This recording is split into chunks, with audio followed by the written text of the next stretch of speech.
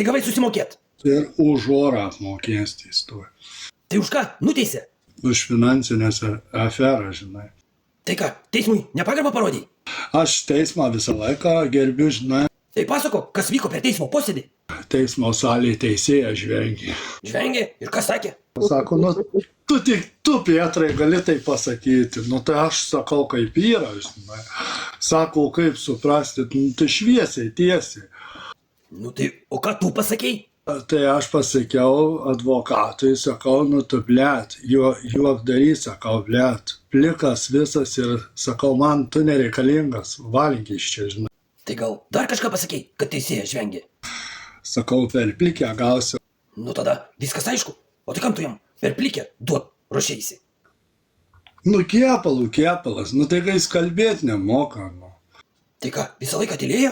Nu pizdės, nu sėdė ant svaliuko ir aš už jį turiu kalbėti. Nu tu pakilk subinę, sakau, tu kalbėk ką nors už save. Ne, nieko nesugeba. Pietrai, tai gal jis kur čia nevilys? Pizdės, o toks protingas, bet kaušas, tai kaip ne viskas. Nu tikrai kaip ne viskas. Tai ką sakei teisėjai? Pasakiau, kad iš karto nušalytų jį ir nušalint. Taip lengvai nušalino? Jo, tai ši teisėja buvo nušalinęs. O čia žiūriu darosi jau rimta. Mane papirko visą teismą valstybė, papirko.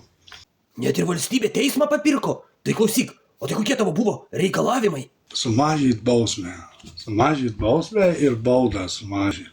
Tai kokią bausmę pradžiai siūlė? 6 mėnesių. Aš nesutikau, tai sumažinom iki 10 mėnesių. Nuo 6 iki 10?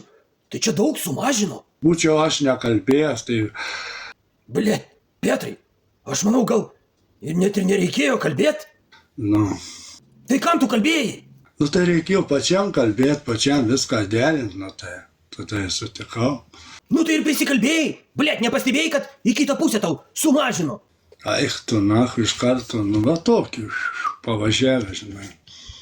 Pietrai, blet, tai ko tu nepatylėjai? Aš visą laiką netyliu ir man tas pats. Nu tai blet, pats ir prisikalbėjai. Durni įstatymai Lietuvoje, durni įstatymai. Dar dabar baisiau negu 90 metais.